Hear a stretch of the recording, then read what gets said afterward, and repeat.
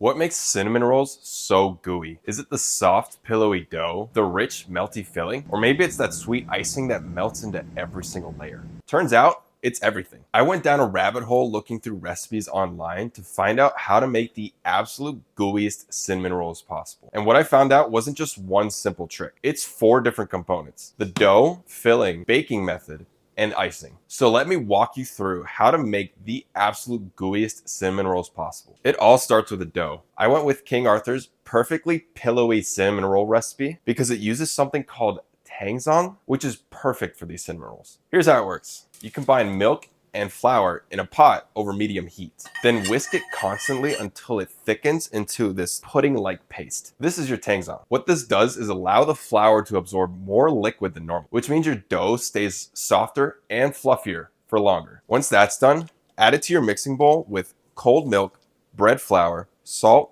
sugar, yeast, and softened butter. Then knead the dough. I'm doing it by hand, but if you got a stand mixer, go for it. You'll want to knead the dough until it's smooth and elastic and just a bit tacky to the touch. Cover your dough and let it rise for 60 minutes until it's puffy and noticeably bigger. This proofing time is what gives the dough that airy, puffy texture. Don't rush it, seriously.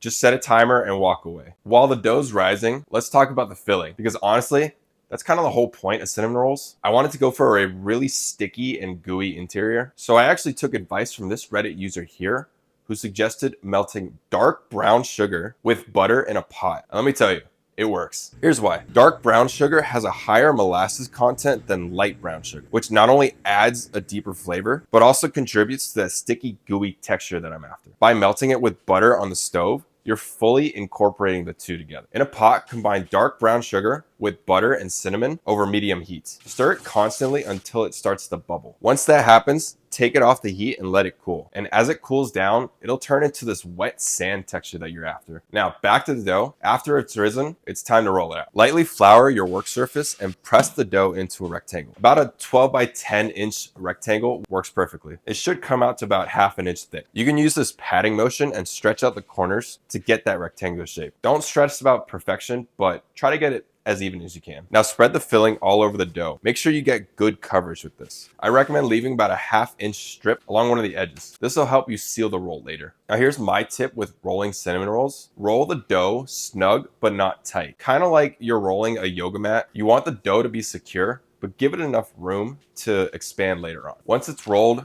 score it lightly into 8 equal pieces and then cut them. I'm using some string, but you can use dental floss or even a knife if that's what you got. For the cinnamon rolls, you'll want a high-sided baking dish. Place the rolls evenly in the baking dish, then cover and let it rise for another 60 minutes. They should look puffy, soft, and jiggly before going into the oven. If they're not there yet, just give it more time.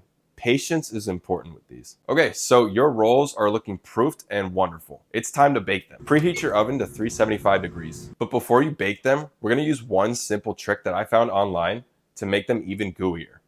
Just using heavy cream. Pour ½ a cup of warm, heavy cream over the rolls right before they go in the oven. As they bake, the cream creates steam and will also caramelize with the filling as it seeps through. And it's gonna soak in the dough as well. This keeps your rolls super moist and creates that sticky, gooey texture we're after. Bake your cinnamon rolls for 25 minutes or until the top is lightly golden and the center is set. While those are baking, let's work on the final component to gooey cinnamon rolls, the icing. I went with a vanilla cream cheese icing because it's rich, tangy, and pairs well with that dark brown sugar filling. Combine softened butter with cream cheese, vanilla extract, and salt, then beat it until smooth. Then add your powdered sugar and keep mixing until it comes together. Now here's the secret with icing.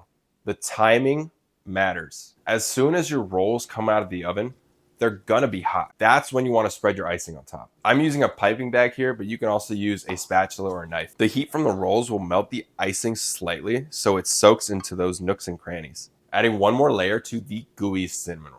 And that's it. By combining these 4 methods, you get the absolute gooeyest cinnamon rolls. Here's me eating them the morning after, and they still turned out gooey. The full recipe is in the description. If you end up making these, tag me and let me know. I wanna see how they turn out for you. I'm Chef Tom, and I make cooking simple.